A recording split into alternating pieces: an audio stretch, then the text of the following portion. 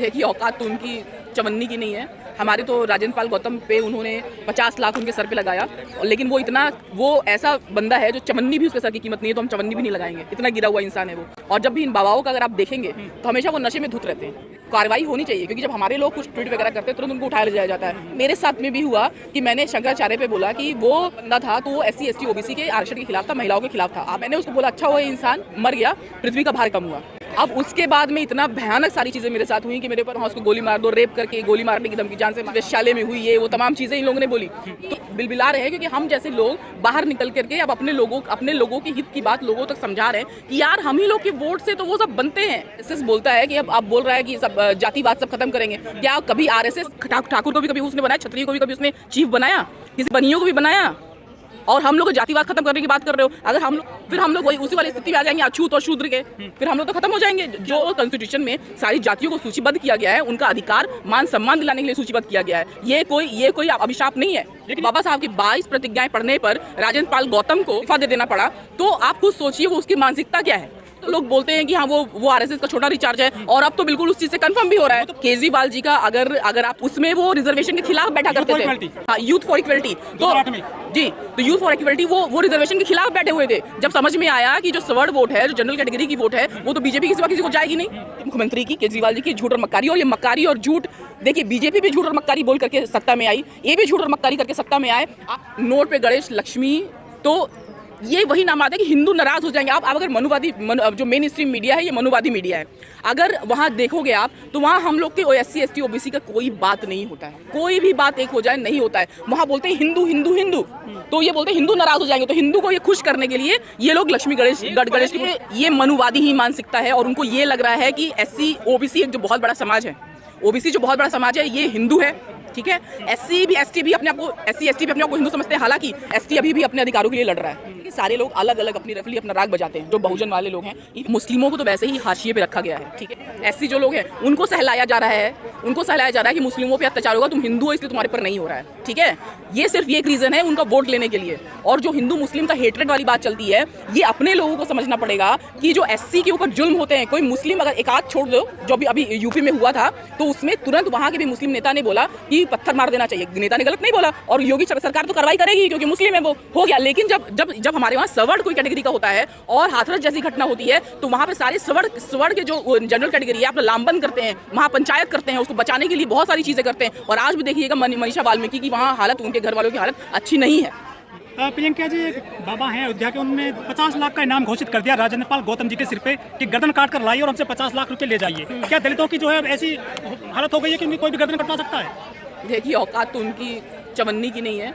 हमारे तो राजेंद्र पाल गौतम पे उन्होंने 50 लाख उनके सर पे लगाया, और लेकिन वो ऐसा बंदा है जो चवन्नी भी उसके सर की कीमत नहीं है, तो हम चवन्नी भी नहीं लगाएंगे। इतना गिरा हुआ इंसान है वो। और जब भी इन बाबाओं का अगर आप देखेंगे तो हमेशा वो नशे में धुत रहते हैं, क्योंकि धतूरा वगैरह तो आप जानते ही चलता है, बहुत अच्छा उनमें माना जाता है। तो धतूरा वगैरह चलते तो हमेशा नशे में, मैंने वीडियो देखी है उनकी, तो एकदम धुत रहते हैं। हालांकि इस पर कार्रवाई होनी चाहिए, क्योंकि जब हमारे लोग कुछ ट्वीट वगैरह करते हैं तुरंत उनको उठाया ले जाया जाता है। उसने तो बहुत बड़ा गुनाह किया। अब इसी तरह मेरे साथ में भी हुआ कि मैंने शंकराचार्य पे बोला कि वो जब बंदा था तो वो SC ST OBC के आरक्षण के खिलाफ था, महिलाओं के खिलाफ था। आप अगर सब मालूम होगा तो मैंने उसको बोला अच्छा हुआ इंसान मर गया, पृथ्वी का भार कम हुआ। अब उसके बाद में इतना भयानक सारी चीज़ें मेरे साथ हुई कि मेरे ऊपर कमेंट्स, चीज़ें, मुझे गोली मारने की धमकी, जहाँ मिले वहाँ उसको गोली मार दो, रेप करके गोली मारने की धमकी, जान से मारने की धमकी, और इसकी परवरिश वेश्यालय में हुई, ये वो तमाम चीज़ें इन लोगों ने बोली। तो अब वो सब ये भी बोल रहे हैं कि मैं आपके खिलाफ कार्रवाई हम लोग करेंगे, कि आपके खिलाफ FIR होगा। मैंने बोला जो इस तरह की भाषा यूज करते हैं, ये बाबाओं की भाषा हो सकती है क्या संतों की? देखिए ये बात है कि ये लोग बौखला गए हैं, क्योंकि देखिए जैसे कि मैं हूँ, भाई साहब है, ये OBC दिल्ली के OBC के प्रदेश अध्यक्ष है। हम लोग जैसे बात कर रहे हैं तो हम लोगों की बात करते हैं, और हम लोग के लोग देखिए बाकी थोड़ा बहुत घबराए हुए रहते हैं। तो ये लोग बिलबिला रहे हैं क्योंकि हम जैसे लोग बाहर निकल करके अब अपने लोगों की हित की बात लोगों तक समझा रहे हैं कि यार हम ही लोग के वोट से तो वो सब बनते हैं। जो नेता होते हैं, जो बाबा बनते हैं, बागेश्वर बाबा का देख लो, ठीक है। मुझे तो लगता है वो जितने लोगों को वहाँ बुलाता होगा, किराए पे बुलाता है, फिर नशे का उसको दिलाता है, बैठे बैठे जय बाबा करते रहते हैं। ऐसे बाबाओं पे किसका हाथ हो सकता है जो इस तरह की भाषा बोल देते हैं, किसी की भी जान लेने की बात करते हैं? जी देखिए किसका हाथ हो सकता है, आप बताइए ना, किसका हाथ हो सकता है? RSS है। आरएसएस बोलता है कि अब बोल रहा है कि सब जातिवाद सब खत्म करेंगे। क्या कभी आरएसएस अब किसी भी, चलो छोड़ो, आप किसी को मत बनाओ, ठाकुर को भी बनाया उसने, ठाकुर को भी कभी उसने बनाया, क्षत्रिय को भी कभी उसने चीफ बनाया, किसी बनियों को भी बनाया। और हम लोग जातिवाद खत्म करने की बात कर रहे हो। अगर हम लोग अपना जातिवाद हम क्यों खत्म करें? अब तो हम लोग सही स्थिति में आए हैं। अगर हम लोग अपने नाम से सरनेम खत्म कर देंगे और हम लोग बोलेंगे जातिवाद अब खत्म कर देंगे, तो हम लोग तो लामबंद ही नहीं हो पाएंगे। फिर हम लोग वही उसी वाली स्थिति में आ जाएंगे, अछूत और शूद्र के। फिर हम लोग तो खत्म हो जाएंगे। जो कॉन्स्टिट्यूशन में सारी जातियों को सूचीबद्ध किया गया है, उनका अधिकार मान सम्मान दिलाने के लिए सूचीबद्ध किया गया है। ये कोई अभिशाप नहीं है। लेकिन ये तो हेट स्पीच की श्रेणी में आना चाहिए, जो बाबा ने बात बोली है गौतम जी के लिए। जी बिल्कुल, हेट स्पीच की श्रेणी में आनी चाहिए। और देखिए हमारे लोगों के लिए तो देखिए, मैंने क्या ही बोला था, मेरे लिए वहाँ है मुर्दाबाद का नारा लग गया, इसको तो उठा के जेल में बंद कर देना चाहिए था, बंद कर देना चाहिए। लेकिन क्यों बंद करेंगे? जब पॉलिटिकल सायर है सर पे, तो कैसे ही उसको बंद करेंगे? लेकिन गौतम जी खुद वकील हैं, मंत्री भी रहे हैं, फिलहाल विधायक हैं, उनकी शिकायत पे कार्रवाई नहीं हो रही है। आप देखिए, जब वही तो बात है ना कि हम लोग से ये लोग वोट लेते हैं, फिर हम लोग को ये लोग नीचा भी दिखाते हैं कि तुम लोग हमारी टिकट की वजह से जीते हो। और वोट देने वाले कितने लोग हैं? हम ही 85% तो लोग हैं वोट देने वाले। वोट भी देंगे, डराए धमकाएंगे भी, और अपने लोगों को अपनी ही ताकत नहीं पता है, समझ नहीं आता। अपने लोग एक वोट की ताकत ने हम लोग को राजा बना के रखा हुआ है। लेकिन राज्यपाल के समर्थन में आम आदमी पार्टी भी कहीं नहीं दिखाई दे रही है, एक भी प्रेस कॉन्फ्रेंस नहीं हुई है। अब देखिए, ये तो देखिए आम जनता को दिखनी चाहिए, जो ये बाबा साहब का फोटो लगा के वो रखे हुए हैं, मुख्यमंत्री जी रखे हुए बाबा साहब का फोटो लगा के, और बाबा साहब की 22 प्रतिज्ञाएं पढ़ने पर राजेंद्र पाल गौतम को उनको मंत्री पद से इस्तीफा दे देना पड़ा। तो आप खुद सोचिए वो उसकी मानसिकता क्या है, उसकी मानसिकता क्या है। तो ये तो लोग बोलते हैं कि हाँ वो आरएसएस का छोटा रिचार्ज है, और अब तो बिल्कुल उस चीज से कंफर्म भी हो रहा है। तो पढ़े लिखे व्यक्ति हैं केजरीवाल जी, तो एजुकेशन की बात करते हैं।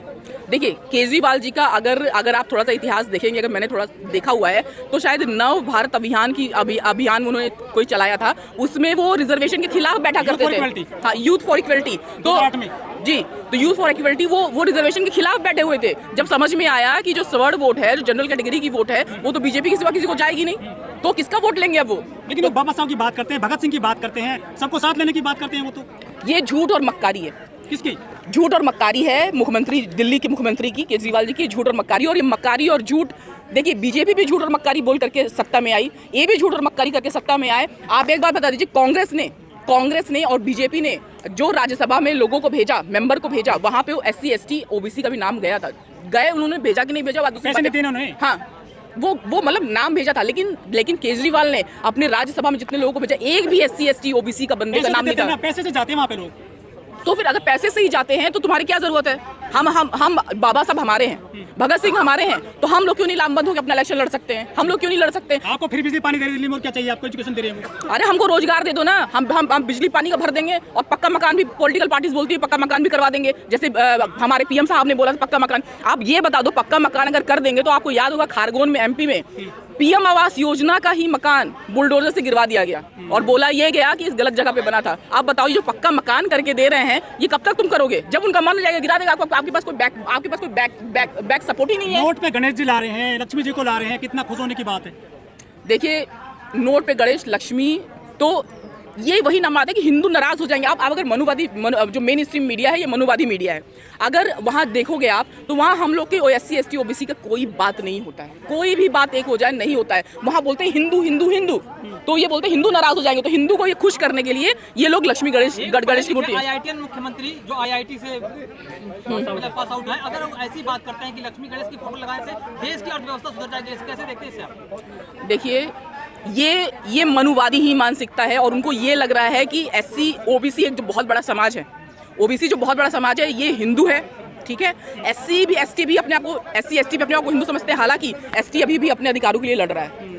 SC और OBC अपने आप को बहुत बड़ा हिंदू समझते हैं। पासवान जी, जो ताहिर अंसारी है, वो उन पे कार्रवाई होती है तो कोई आम आदमी पार्टी नहीं आती है सड़क पर, और जो गौतम साहब का इस्तीफा ले लिया वो भी किनारे कर दिया गया, कोई आम आदमी नहीं आ रही है। क्या आम आदमी पार्टी को दलित और मुसलमानों के वोट नहीं चाहिए दिल्ली में?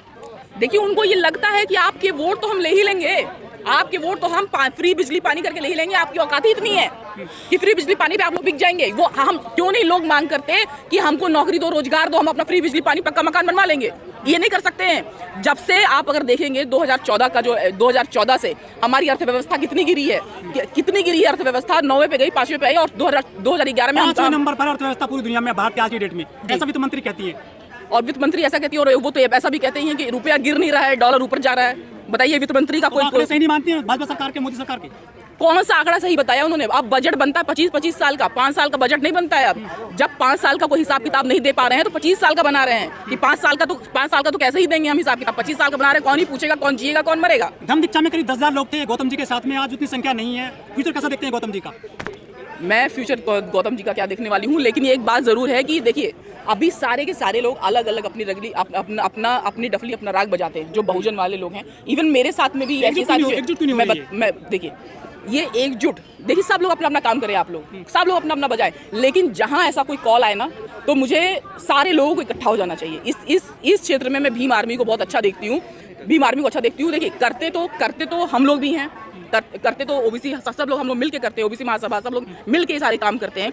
लेकिन बात ये होता है कि उसने भीम आर्मी का अगर आप देखेंगे तो उन लोगों ने मीडिया मतलब जो ट्विटर सोशल अकाउंट, उन्होंने अपने लोगों को, मुझे लगता है कि पढ़े लिखे लोग हैं जो भी एक चुटकी में काम करते हैं, सारी चीजें फ्लश हो जाती है सोशल मीडिया पे, वो दिखता है। करते तो सभी इसको दिखता है, और जब भी एक कॉल आए तो सबको इकट्ठा हो जाना चाहिए, भले अलग अलग अपना काम करते रहो। अच्छा, एक सवाल है कि आप भी एक महिला है, बिल्किस बानो के साथ जिस तरह से दरिंदगी हुई, हैवानियत हुई, उसकी आदमी को छोड़ दिया तो कहा था भाई ये तो संस्कारी है, अरविंद केजरीवाल गुजरात जाते हैं लेकिन एक शब्द उनके बारे में नहीं कहते। जी देखिए, मुस्लिमों को तो वैसे ही हाशिए पे रखा गया है, ठीक है, और इसलिए रखा गया है कि एससी जो लोग हैं उनको सहलाया जा रहा है कि मुस्लिमों पे अत्याचार होगा, तुम हिंदू हो इसलिए तुम्हारे पर नहीं हो रहा है, ठीक है। ये सिर्फ ये एक रीजन है उनका वोट लेने के लिए। और जो हिंदू मुस्लिम का हेट्रेड वाली बात चलती है, ये अपने लोगों को समझना पड़ेगा कि जो एससी के ऊपर जुल्म होते हैं, कोई मुस्लिम अगर एक आध छोड़ दो, जो अभी यूपी में हुआ था, तो उसमें तुरंत वहां के भी मुस्लिम नेता ने बोला कि पत्थर मार देना चाहिए। नेता ने गलत नहीं बोला, और योगी सरकार तो कार्रवाई करेगी क्योंकि मुस्लिम है, वो हो गया। लेकिन जब हमारे वहाँ सवर्ण कोई कैटेगरी का होता है और हाथरस जैसी घटना होती है, तो वहाँ पे सारे सवर्ण के जो जनरल कैटेगरी है अपना लामबंद करते हैं, महापंचायत करते हैं, उसको बचाने के लिए बहुत सारी चीजें करते हैं। और आज भी देखिएगा मनीषा वाल्मीकि की वहाँ हालत, उनके घर वालों की हालत अच्छी नहीं है। मनीष सिसोदिया ने इससे जब सवाल किया गया बिल्किस बानो को लेकर के, उन्होंने कहा कि हम शिक्षा, स्वास्थ्य, रोजगार की बात करेंगे, जिसको बिल्किस बानो के बारे में बात करना वो बात करें। तो साफ ऐसे ही कहे। देखिए अब ये जो अभी सारी चीज सिनेरियो चल रहा है, इसमें सिर्फ यही है। देखिए मुस्लिम भी अब बहुत ज़्यादा जागरूक हुए हैं, ठीक है, लेकिन थोड़ा सा डर है, इसमें कोई दो राय नहीं, थोड़ा सा डर रहता ही है, क्योंकि देखिए जो हमारे ये हमारे एसटी भाई हैं उनको नक्सली कह दिया जाता है। एससी को अगर उस करे तो नक्सली कर दिया जाता है, मुस्लिम अगर करे तो वो आतंकवादी है, और जो अगर पगड़ी वाला कोई सरदार करे तो खालिस्तानी है। तो ये सारी चीज़ें बिल्किस बानो की जहाँ तक बात है, हम लोग देखिए जहाँ भी कोई भी बात हुई, अगर देखेंगे तो ब्राह्मण चोरी करता है और पकड़ा जाता है, बोलता है मारना मत, मैं ब्राह्मण हूँ। आप देख रहे हैं ये चीजें, उसके दिमाग में किस हद तक भरा गया सारी चीजें कि तुम पवित्र ही पवित्र रहोगे चाहे। और ये अगर आप देखेंगे तो पुराने धर्म ग्रंथ जितने देखेंगे कि अगर शूद्र को मारा गया तो इतना दिनार देके छूट जाओगे, अछूत को मारा गया तो इतनी दिनार, कुछ नहीं देना पड़ेगा, तो बस नहा लो, खत्म तुम्हारा पाप, ठीक है।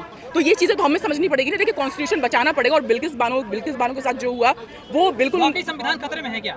संविधान इतने खतरे में है क्योंकि भाइयों, क्योंकि अगर आप देखोगे ना तो 35 लाख नौकरी चली गई है एससी एसटी की 35 लाख नौकरी चली गई, और पिछड़ा अभी लाइन में है। और अटल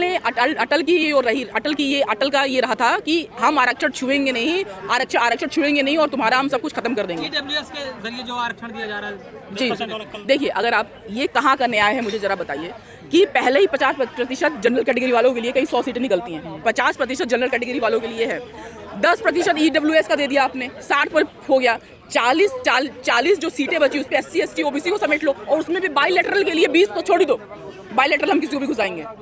ये कहाँ का न्याय है? अब जब ऐसा हुआ तो तब अपना गर्दन छुड़ाने के लिए ये भी बयान आया कि जो इंदिरा सहनी वाला जो मुकदमा था, अब आप आरक्षण बढ़ा सकते हैं 50% से ज़्यादा, लेकिन कुछ लागू होगा नहीं, ये मेरा पूरा यकीन है।